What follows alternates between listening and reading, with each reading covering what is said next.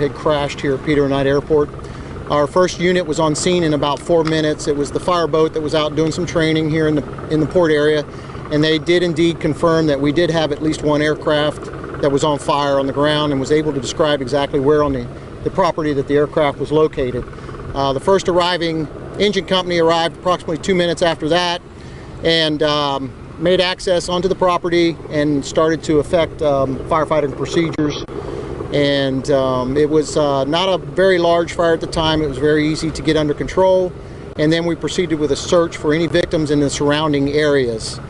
It was confirmed that we did have 2 people who were deceased within the wreckage of the aircraft. Are there any questions? What about a second aircraft?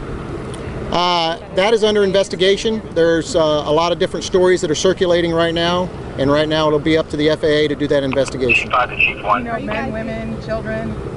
We do not know. We do not know the sexes, the names, or the size of the deceased at this time. We were getting some reports. Taking off, anything? We don't know. It's under investigation.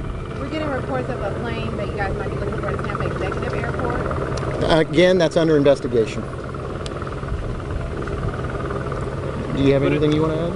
Yeah. Have we said what kind of plane it is or anything like that? No, we have not. Okay. I think we can say it was department.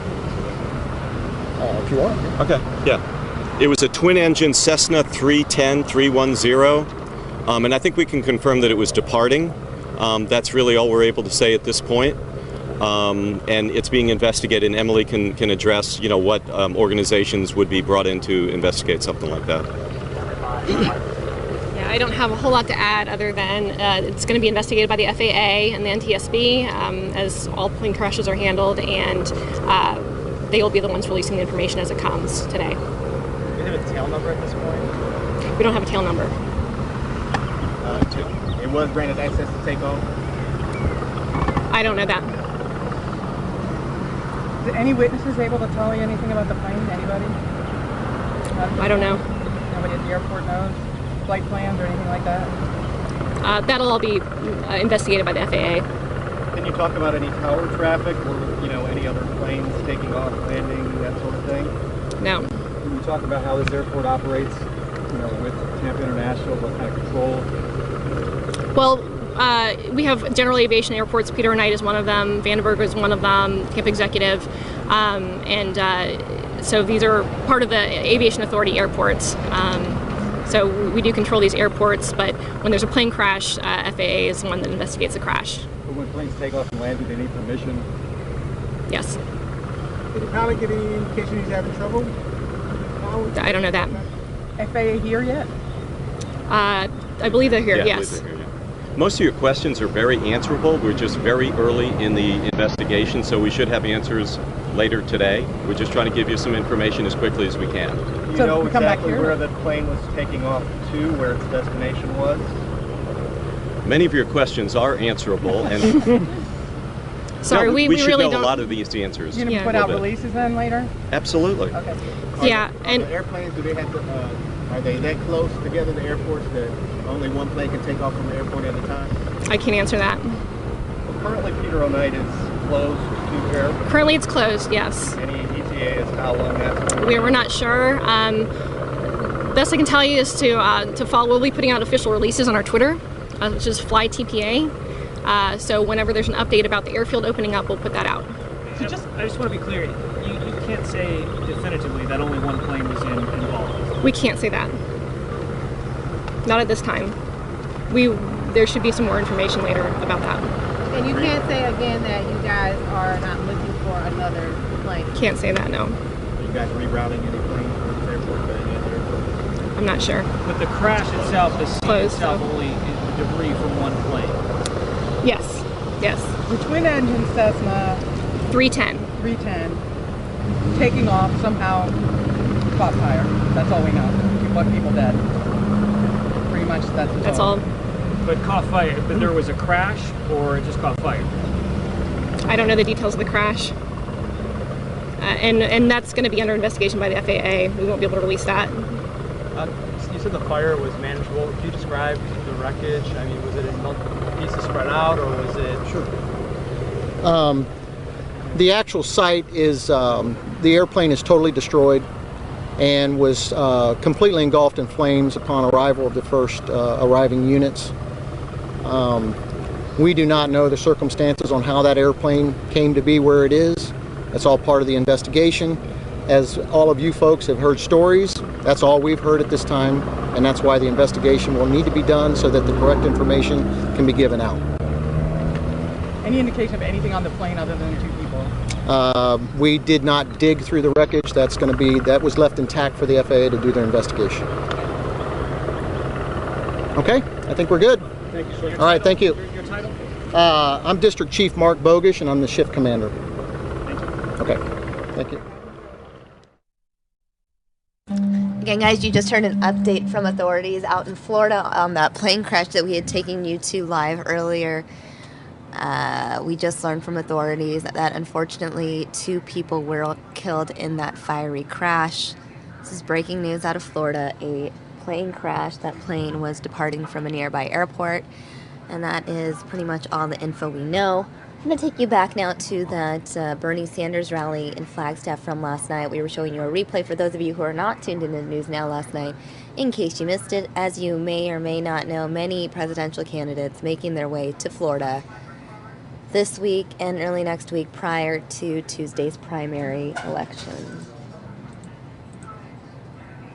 They are going to get to them in 1 minute.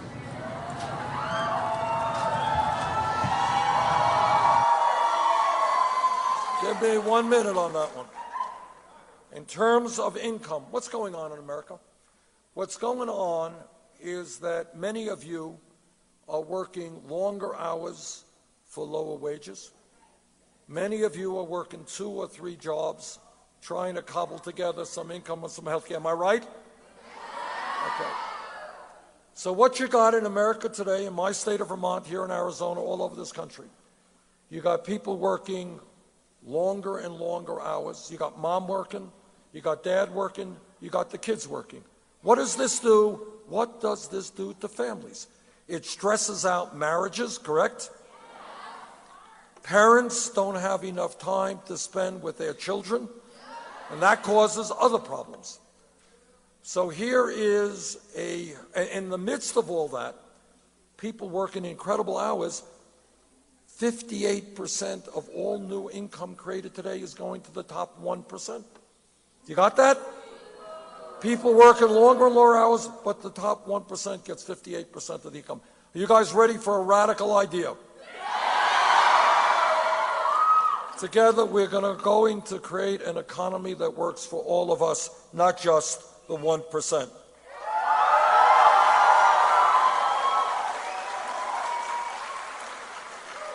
And let me tell you another truth that we don't talk about very often, and that is we have a criminal justice system that is broken. What this campaign is about is asking the American people to think outside of the box, outside of the status quo. Do not accept the reality that is out there just because it is out there. All right? It is not normal, it is not natural that we have massive levels of income and wealth inequality. That was created. In terms of criminal justice, it is not acceptable that we have more people in jail than any other country on earth. China is a country 4 times our size. We have more people in jail than China. And those people in jail are disproportionately African American, Latino, and Native American. So you know what we're going to do? What we are going to do is something just ever so radical. Instead of locking up our kids, we're going to invest in education and jobs.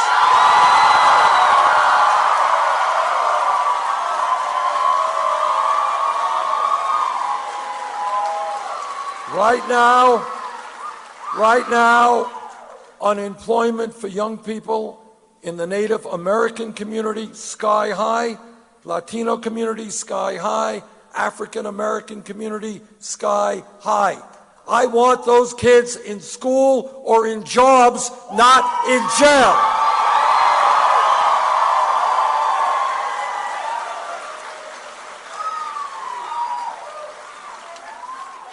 This campaign is talking to ordinary Americans rather than just wealthy campaign contributors. And what workers are telling me is they cannot get by on $8 or $9 an hour. Now, I understand, somebody can correct me if I'm wrong, is that the governor here is trying to make it impossible for cities to raise the minimum wage. Is that right? Well, this governor is doing exactly the opposite of what should be happening. When somebody works 40 hours a week, that person should not be living in poverty. So I say to this governor, got some bad news for you. We're going to raise the minimum wage to $15 an hour all over this country.